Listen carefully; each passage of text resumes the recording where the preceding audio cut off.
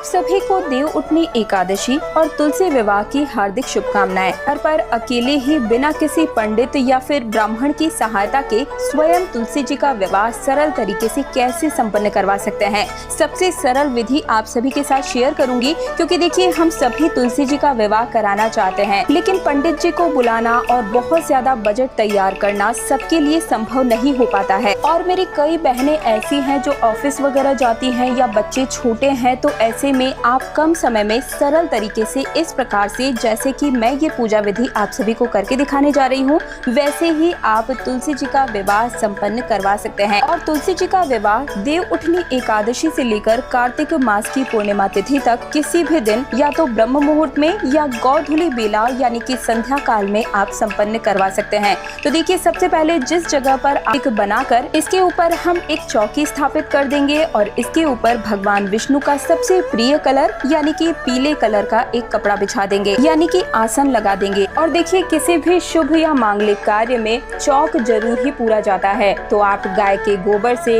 या गेरू से, हल्दी और आटे से चौक पूर सकते हैं। मैं यहाँ पर छोटी सी रंगोली बना रही हूँ, आप चाहें तो रंगों भरी रंगोली भी बना सकते हैं। तो मैं यहाँ पर रंगोली से छोटा सा कमल बना रही हूँ, क्योंकि कमल माँ लक्ष्मी को अत्यंत ही प्रिय है और हमारी तुलसी महारानी को भी लक्ष्मी का ही स्वरूप माना जाता है। अब देखिए चौकी के ऊपर हम 3 जगह आसन देंगे, और क्योंकि एकादशी के दिन चावलों का प्रयोग नहीं किया जाता है, तो मैं यहाँ पर सफेद तिल और पुष्प से 3 जगहों पर आसन दे दूंगी। पहले आसन पर प्रथम पूजनीय भगवान श्री गणेश जी को हम विराजमान करा देंगे। और अब देखिए मैं यहाँ पर भगवान विष्णु की फोटो मेरे पास में है, तो मैं इन्हें विराजमान कर रही हूँ। अगर आपके पास में शालिग्राम जी हैं तो उन्हें आप विराजमान कर सकते हैं। आप चाहे तो मंदिर वगैरह से भी शालिग्राम भगवान जी को अपने घर लाकर विवाह संपन्न करा सकते हैं, या आपके नाते रिश्तेदार में किसी के भी पास अगर है तो आप शालिग्राम जी को अपने घर में लाकर उनका विवाह करा सकते हैं, या लड्डू गोपाल के साथ भी आप तुलसी जी के विवाह को संपन्न करवा सकते हैं।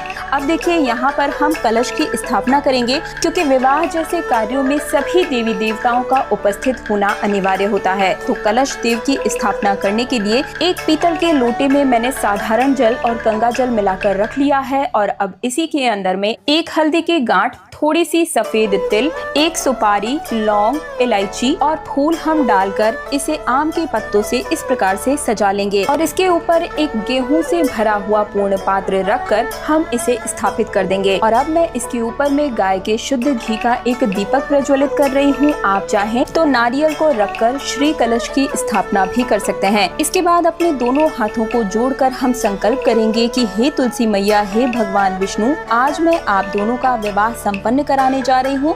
अगर कोई भी गलती या त्रुटि मुझसे हो जाए तो अपना बच्चा और संतान समझकर मेरी गलतियों को माफ करना और मेरी मनोकामनाओं को पूर्ण करना। इस तरह से संकल्प लेने के बाद में हम तुलसी जी के शुभ विवाह को आरंभ करेंगे। पूजा में सबसे पहले भाव रूप में स्नान करा देंगे और जल के छींटे लगाकर गणपति जी को, विष्णु जी को, तुलसी माता को और दीप कलश को हम भाव रूपी स्नान करा देंगे। अब देखिए सबसे पहले गणेश जी का पूजन किया जाता है, तो सबसे पहले हम रोली से तिलक कर देंगे, वस्त्र के रूप में जनेऊ समर्पित कर देंगे और साथ ही में कलावा भी समर्पित कर देंगे, फूल समर्पित कर देंगे, तिल हम समर्पित कर देंगे, क्योंकि एकादशी के दिन पूजन में चावलों का प्रयोग निषेध माना गया है, तो आप सभी तिल ही समर्पित कीजिएगा। इसके बाद हम भोग के स्वरूप में लड्डू गणेश जी के सामने समर्पित कर देंगे और इस तरीके से हम गणेश जी का पूजन कर लेंगे। इसके बाद कलश का पूजन किया जाता है।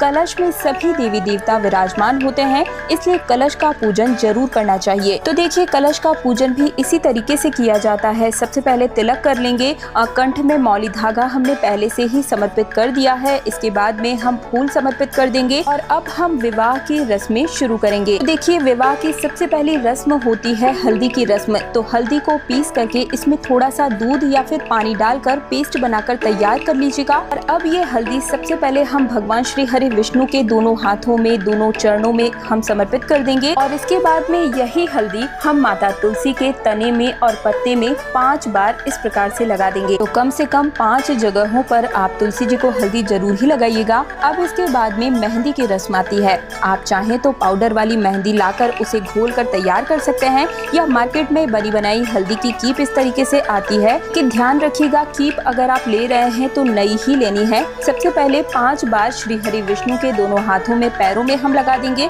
और इसके बाद तुलसी जी को 5 बार इस प्रकार से हम मेहंदी लगा देंगे। इस तरीके से हमारी मेहंदी की रस्म भी संपन्न हो गई है। और अब हम भगवान श्री हरि विष्णु को तिलक करेंगे, चंदन का तिलक लगा देंगे, क्योंकि श्री हरि विष्णु को चंदन का टीका अति प्रिय है। इसके बाद में हम तुलसी जी और भगवान विष्णु दोनों को ही रोली से भी तिलक कर देंगे और तुलसी जी की पत्तियों पर, तनों पर आप रोली से तिलक जरूर ही लगा दीजिएगा। इसके बाद में अब हम थोड़े से तिल लेंगे और तिल समर्पित कर देंगे।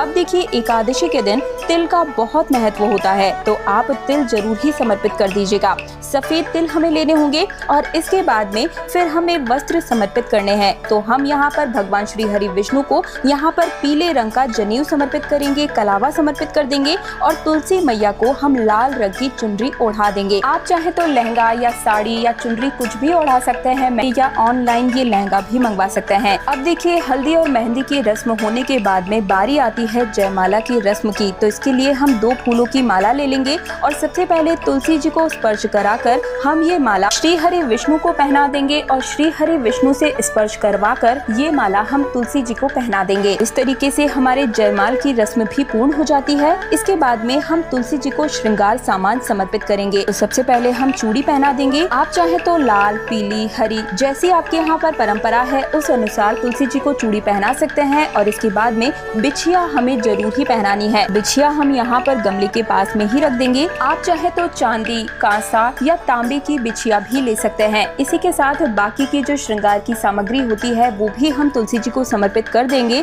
और अब बारी आती है गठजोड़ की। तो इसके लिए हम एक पटका ले लेंगे, इसके अंदर एक सुपारी और एक सिक्का हम रख देंगे। आप चाहे तो हल्दी और सुपारी भी रख सकते हैं। ये चीजें रखने के बाद में तुलसी जी की चुनरी से हम इसे बांध देंगे और इस तरीके से गठजोड़ हमारा हो जाएगा। और गठजोड़ा करने के बाद में ये पटका हम भगवान श्री हरि विष्णु को ओढ़ा देंगे। और अब होगी फेरों की रस्म। तो इसके लिए अगर आपके घर में कोई पुरुष है तो वो भगवान विष्णु को अपने हाथ में ले लेंगे और तुलसी जी का पौधा अगर आपका छोटा है तो उन्हें उठाकर आप 7 फेरे लगवा दीजिए। या फिर आप चाहे तो इस प्रकार से जटा वाले नारियल के ऊपर में मौली धागा लपेटकर पहले 3 फेरे तुलसी जी के और अंतिम 4 फेरे भगवान श्री हरि विष्णु की इस तरीके से घुमाकर फेरों की रस्म को इस प्रकार से संपन्न करवा देना है। तो हमारे यहाँ पर फेरे हो गए हैं। इसके बाद में बारी आती है सिंदूर दान करवाने की। तो यहाँ पर सिंदूर की एक नई डिब्बी हमें लेनी है। साथ ही में चांदी का सिक्का या साधारण 1 रुपए का सिक्का आप लेकर इसके ऊपर में सिंदूर लेकर भगवान श्री हरि विष्णु के हाथों से छुआते हुए इस प्रकार से 5 बार हम तुलसी जी की मांग भर देंगे, यानी कि ये सिंदूर तुलसी जी को समर्पित कर देंगे। और इस तरीके से सिंदूर की रस्म भी संपन्न हो जाएंगी। फिर ये सिक्का हम तुलसी जी के गमले के पास ही छोड़ देंगे, क्योंकि इस सिक्के को अब हमें दान करना होगा, तभी ये रस्म पूर्ण मानी जाती है। इसके बाद में कन्यादान करना होता है। तो जो भी विवाह करवा रहे हैं वे अपने सीधे हाथ में कुछ रुपए और फूल ले लेंगे, साथ ही में थोड़ा सा जल ले लेंगे। जल थोड़ा कम ही लीजिएगा ताकि जो आपके पैसे हैं वो भीग न पाए। और फिर हम संकल्प करेंगे कि हम अपनी तुलसी का दान भगवान श्री हरि विष्णु को कर रहे हैं। और फिर ऐसा संकल्प करने के बाद में ये जो फूल और जो भी आपने रकम अपने हाथों में पैसे वगैरह लिए हैं ये हम भगवान श्री हरि विष्णु के चरणों में समर्पित कर देंगे और हाथ जोड़कर इस तरीके से कन्यादान की रस्म को हम पूर्ण कर लेंगे। देखिए, जब भी आप तुलसी जी का विवाह कराएं उस समय गन्ने का मंडप तैयार किया जाता है, बहुत ही शुभ माना जाता है। गन्ने से आप चाहें तो प्रॉपर तरीके से मंडप इत्यादि बना सकते हैं, फूलों से बना सकते हैं। यदि मंडप इत्यादि बनाने नहीं आता है तो इस प्रकार से 2 गन्ने एक साइड पर जरूर रख दीजिएगा, इसे भी मंडप का ही स्वरूप माना जाता है। देखिए, कन्यादान की रस्म होने के बाद में जैसे हम अपनी बेटी को सभी सामान देते हैं उसी प्रकार से तुलसी जी के लिए भी हम यहाँ पर कुछ सामग्री दान करेंगे।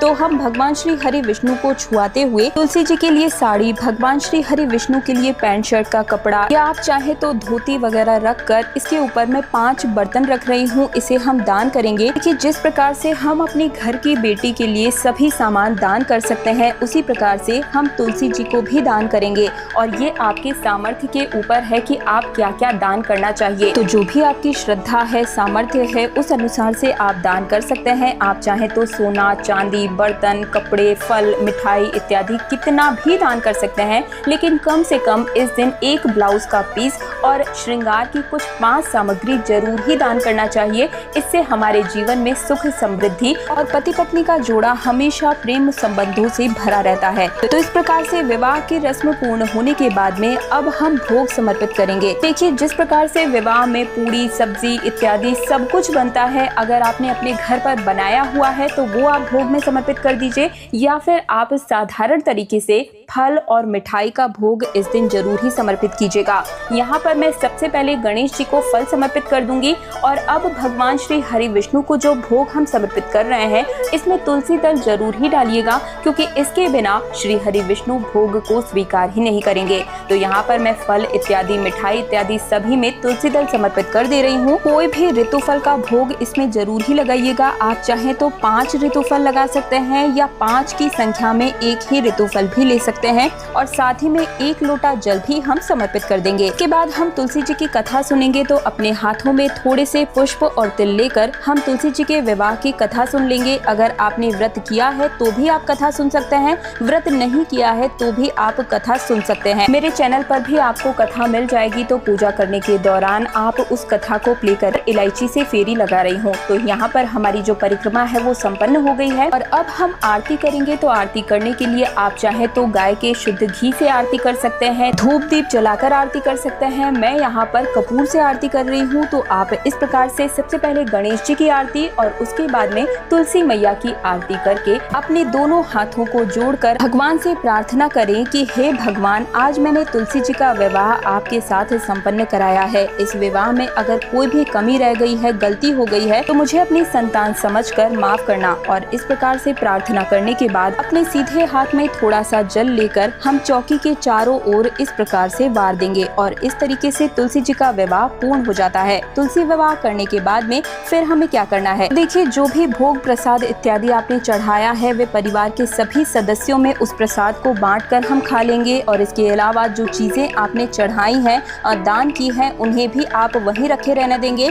कलश रात भर वहीं पर रखा रहेगा, उठाना नहीं है। कलश को अगले दिन उठाकर उसका जो जल है आप पौधों में सींच लीजिएगा, और जो नारियल है वो जिस प्रकार से सभी सामान आप दान करेंगे उसी में ये नारियल भी चला जाएगा। तो इस चीज का थोड़ा सा ध्यान रखिएगा। अगर आपने तुलसी जी का विवाह मंदिर के शालिग्राम से करवाया है तब आप तुलसी जी का भी दान कर दीजिएगा, और अगर आपने घर पर ही इसी प्रकार से श्री हरि विष्णु के फोटो के साथ विवाह करवाया है तो तुलसी जी को आप अपने घर में ही रहने दीजिएगा। दोस्तों, तुलसी जी का विवाह संपूर्ण सृष्टि में विवाह संस्कार की शुरुआत मानी जाती है, और इससे अक्षय पुण्य फल की प्राप्ति होती है। तो आप सभी अपने जीवन में एक बार तुलसी जी का विवाह जरूर ही संपन्न कराइएगा, और वैसे तो हर साल ही हमें तुलसी जी का विवाह जरूर ही करवाना चाहिए।